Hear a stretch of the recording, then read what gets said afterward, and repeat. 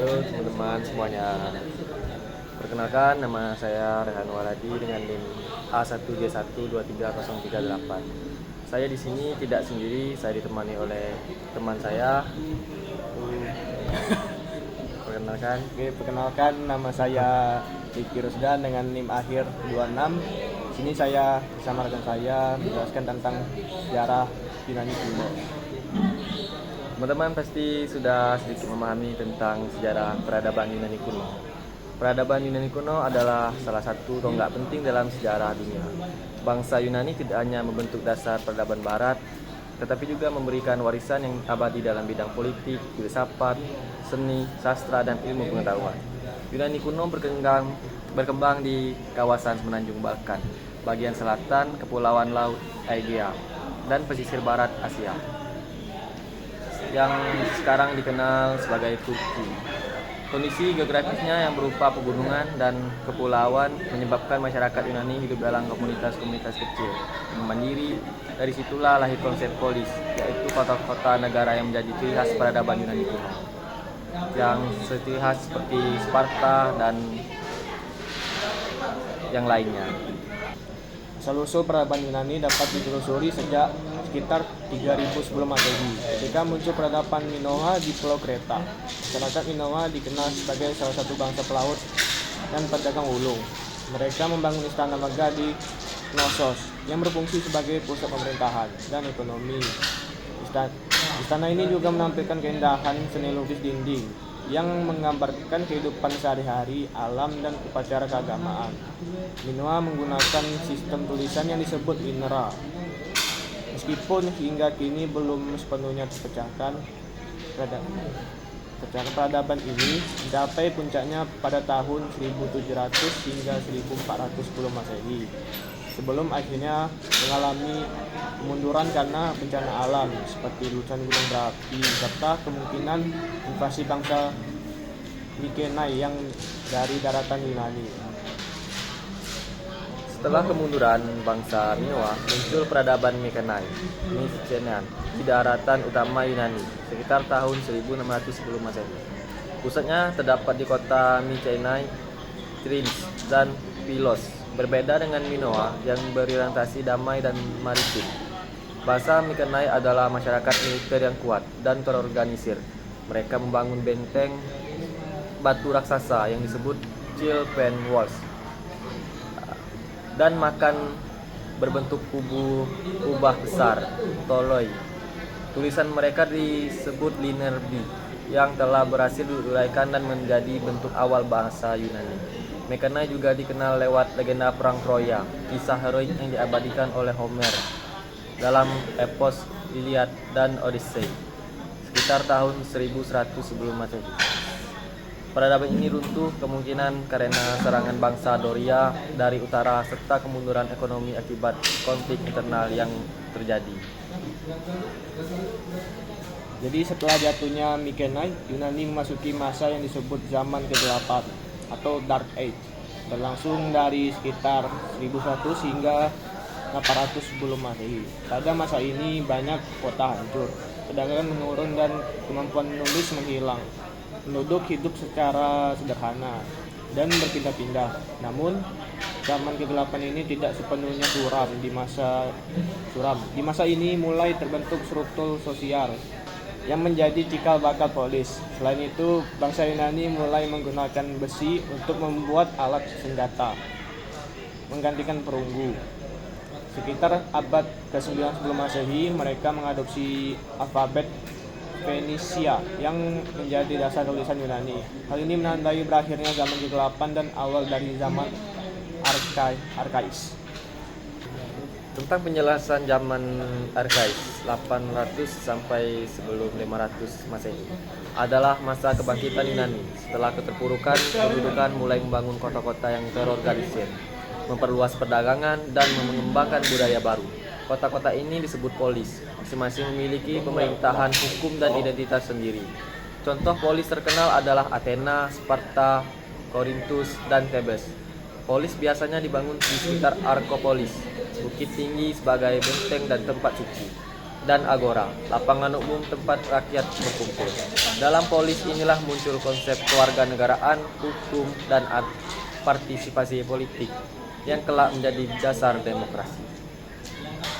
Pertumbuhan ekonomi dan perdagangan menjadi ciri utama pada zaman arkais karena sumber daya alam di daratan Yunani terbatas. Banyak warga yang melakukan kolonisasi ke daerah lain yang ada di Laut Tengah dan Laut Hitam. Mereka mendirikan koloni di Italia Selatan atau di Sisilia, Asia Kecil, dan Afrika Utara. Kolonisasi ini tidak hanya memperluas jaringan perdagangan, tetapi juga menyebarkan budaya Yunani ke seluruh wilayah Mediterania. Barang-barang seperti minyak zaitun, anggur, dan kerajinan logam menjadi komoditas utama perdagangan Yunani. Dalam bidang politik, zaman arkais ditandai dengan berbagai bentuk pemerintahan. Awalnya, banyak polis diperintah oleh raja, monarki, kemudian digantikan oleh aristokrasi, yaitu pemerintahan oleh golongan bangsawan. Ketika para bangsawan terlalu menekan rakyat, muncul pemimpin tunggal yang disebut tiran. Meskipun istilah tiran ini bernada negatif, pada masa itu beberapa tiran seperti Solon dan Pisistratus justru membawa reformasi yang penting dan kemakmuran. Di Athena, gagasan baru muncul seperti demokrasi, yaitu pemerintahan di mana rakyat memiliki hak untuk berpartisipasi langsung. Jadi, agama pada masa arkais ini juga berkembang pesat. Bangsa Yunani memeluk politeisme, yaitu menyembah banyak dewa yang dianggap memiliki sifat manusia. Para dewa diyakini tinggal di gunung Olympus dengan Zeus sebagai rajanya. Dewa dan dewi lainnya seperti Hera, Athena, Apollo, Poseidon, dan Aphrodite memiliki fungsi khusus dalam kehidupan manusia. Kepercayaan ini melahirkan banyak ritual, festival, serta pembangunan kuli megah sebagai bentuk pengabdian kepada para dewa. Selain itu, muncul juga mitologi Yunani, yaitu kumpulan kisah tentang dewa dan pahlawan yang syarat makna moral dan simbolik. Selain itu juga, zaman arkais juga merupakan masa kebangkitan seni dan sastra. Penyair besar seperti Homer menulis Iliad dan Odyssey, dua karya epos yang menjadi fondasi sastra Yunani dan sumber utama pengetahuan tentang masa Mykenae. Penyair lainnya seperti Hesiod, Sappho, dan Alcestis penulis puisi yang menggambarkan kehidupan sosial, cinta, dan perjuangan manusia. Seni patung mulai menampilkan bentuk manusia yang ideal, sementara arsitektur mulai menampilkan gaya Dorik dan Lonik yang kelak mendominasi dunia klasik. Memasuki zaman klasik pada tahun 500 hingga 336 sebelum Masehi, Yunani mencapai kejayaannya pada periode ini. Dimulai dengan perang besar antara Yunani dan Persia yang dikenal sebagai Perang Yunani-Persia pada tahun 499 hingga 449 sebelum Masehi. Konflik ini bermula ketika kota-kota Yunani di Asia Kecil memberontak melawan kekuasaan Persia dan mendapatkan bantuan dari Athena. Raja Persia Darius I kemudian menyerang Yunani, tetapi kalah dalam perang pertempuran Marathon pada tahun 460 sebelum Masehi. Serangan berikutnya dipimpin oleh putranya, yaitu Xerxes I, yang menghadapi perlawanan heroik dari Raja Leonidas dan 300 prajurit Sparta di Thermopylae. Meski Leonidas gugur, pasukan Yunani akhirnya menang dan pertempuran Salamis pada tahun 480 Masehi sebelum Masehi dan Plataea pada tahun 479 sebelum Masehi. Kemenangan atas Persia membawa kebanggaan dan persatuan sementara bagi polis-polis Yunani. Seperti Athena muncul sebagai pemimpin Liga Delos. Aliansi maritim dibentuk untuk melindungi Yunani dari ancaman Persia. Namun keberhasilan ini juga membawa ketegangan baru karena Athena semakin berkuasa dan memperkaya diri dengan dana liga. Kota ini mengalami masa keemasan di bawah kepemimpinan Pericles pada tahun 495 sampai 429 sebelum Masehi. Pada masa ini dibangun kuil megah seperti Pantheon di Arkopolis dan Athena berkembang sebagai pusat seni, ilmu, dan demokrasi. Demokrasi di Athena merupakan sistem pemerintahan unik di mana warga negara laki-laki dewasa dapat langsung berpartisipasi dalam pengambilan keputusan. Lembaga-lembaga seperti Ekesia atau Majelis Rakyat, Bolu atau Dewan 500, dan Helaya atau Pengadilan Rakyat menjadi fondasi sistem demokrasi modern. Meski tidak sempurna karena pertempuran, budak, dan perdagangan tidak memiliki hak politik, konsep prinsipnya rakyat dalam pemerintahan adalah pencapaian revolusioner pada zamannya. Selain bidang politik, masa keemasan Athena juga melahirkan kemajuan luar biasa dalam filsafat dan ilmu pengetahuan. Filsuf seperti Socrates memperkenalkan metode tanya jawab untuk mencari kebenaran moral.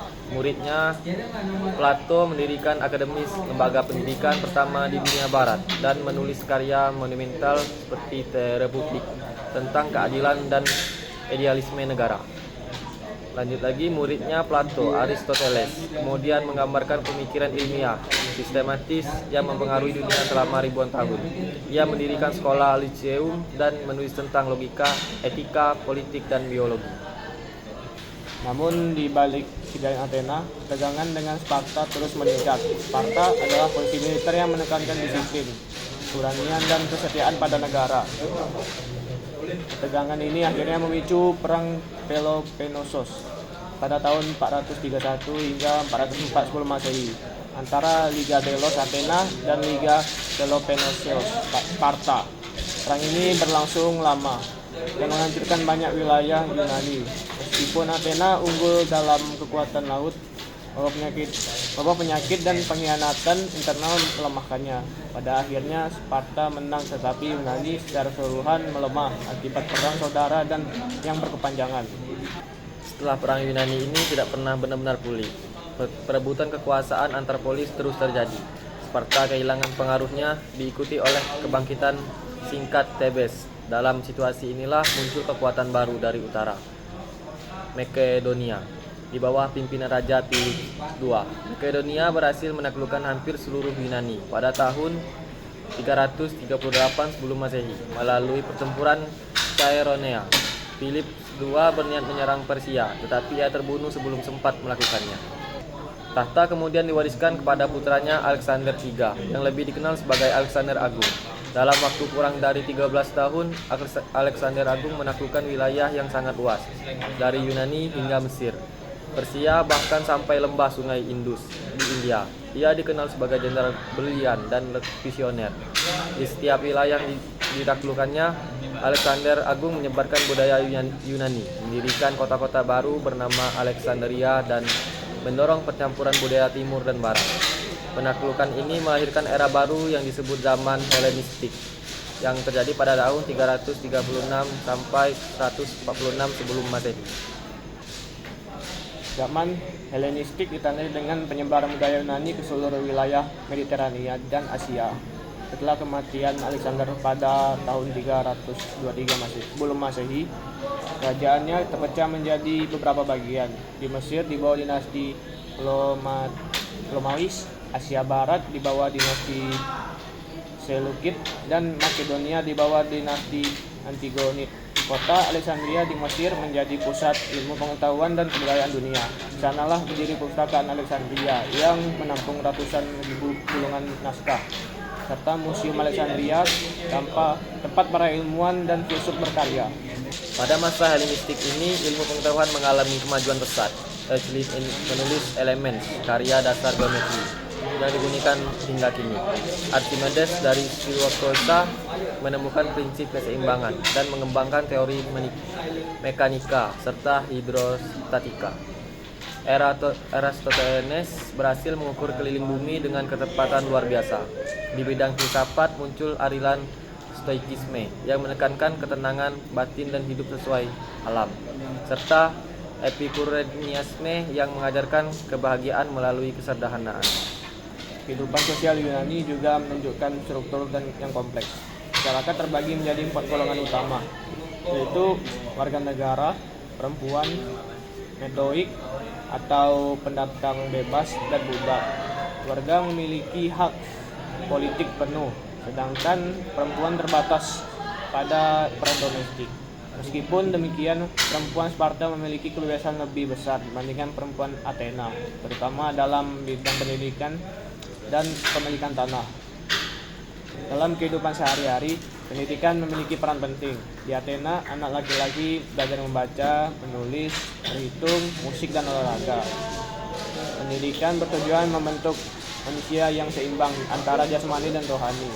Di Sparta, pendidikan dikhususkan pada latihan militer dan disiplin ketat sejak usia dini. Tujuannya menciptakan prajurit tangguh demi kejayaan negara. Sistem pendidikan Yunani kemudian menjadi dasar bagi sistem pendidikan Barat, terutama dalam menekankan pentingnya akal, logika, dan etika. Dalam bidang agama, memegang peran penting dan sentral dalam kehidupan Yunani. Bangsa Yunani percaya bahwa para dewa mengatur alam dan kehidupan manusia. Mereka mendirikan kuil-kuil megah seperti Parthenon di Athena, kuil Apollo di Delphi, dan kuil Zeus di Olympia. Festival keagamaan diadakan secara rutin seperti Festival Panathenaea dan Olimpiade, yang pertama kali diselenggarakan pada tahun 776 sebelum Masehi untuk menghormati Zeus. Olimpiade menjadi tradisi yang penting yang mempererat hubungan antar polis dan melahirkan semangat sportivitas yang masih hidup hingga saat ini. Seni dan arsitektur Yunani mencapai puncaknya pada masa klasik. Patung-patung karya Phidias, Polykietos, dan Praxiteles menggambarkan keindahan tubuh manusia dengan proporsi sempurna. Arsitektur kuil menampilkan harmoni dan keseimbangan dengan tiga gaya utama, Doric, Ionik, dan Korintian. Teater berkembang menjadi media penting dalam kehidupan sosial dan keagamaan.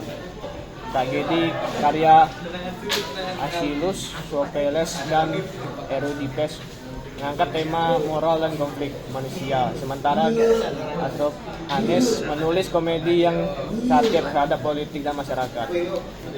Meskipun Yunani kuno akhirnya jatuh ke tangan Romawi pada tahun 146 sebelum Masehi, pengaruh budayanya tidak lenyap. Sebaliknya, Romawi mengagumi dan mengadopsi banyak unsur budaya Yunani, termasuk seni, arsitektur, dan filsafat.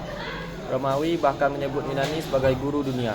Pemikiran Yunani terus diwariskan melalui karya sastra dan filsafat yang dipelajari oleh para cendekiawan Eropa sepanjang abad pertengahan hingga Renaissance. Warisan Yunani bagi dunia modern sangat besar. Konsep demokrasi, kewarganegaraan, dan hak individu yang dikembangkan di Athena menjadi dasar bagi sistem politik banyak negara. Pemikiran filsafat Yunani menjadi landasan bagi ilmu pengetahuan modern, sedangkan seni dan arsitekturnya mengilhami pembangunan gedung pemerintahan, museum, dan universitas di seluruh dunia. Olimpiade modern pun lahir kembali pada tahun 1896 di Athena sebagai penghormatan terhadap semangat besar olahraga Yunani. Yunani juga meninggalkan warisan bahasa yang luas. Banyak istilah ilmiah dan akademik yang berasal dari bahasa Yunani, seperti demokrasi yang berasal dari demos, rakyat, demos atau rakyat, kratos atau kekuasaan, filsafat dari philo atau cinta, dan sophia atau kebijaksanaan, biologi dan logika, dan geometri. Bahkan alfabet Yunani masih digunakan dalam ilmu pengetahuan dan matematika modern. Selain itu, mitologi Yunani terus hidup dalam budaya populer. Tokoh seperti Hercules, Perseus, Odysseus, dan Achilles menjadi ikon universal yang diadaptasi dalam sastra, film, dan seni. Mitologi ini tidak hanya berfungsi sebagai hiburan, tetapi juga sarana untuk memahami nilai-nilai moral, keberanian, dan tragedi manusia.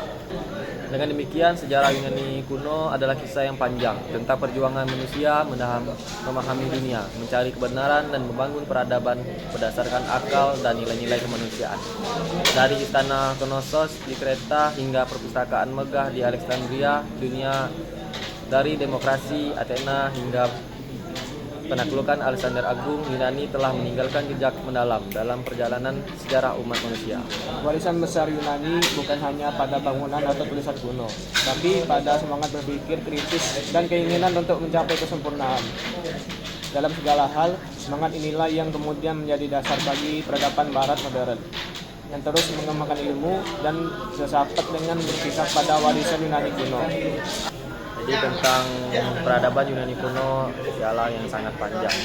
Seperti kata-kata peradaban boleh runtuh tapi gagasan tetap abadi.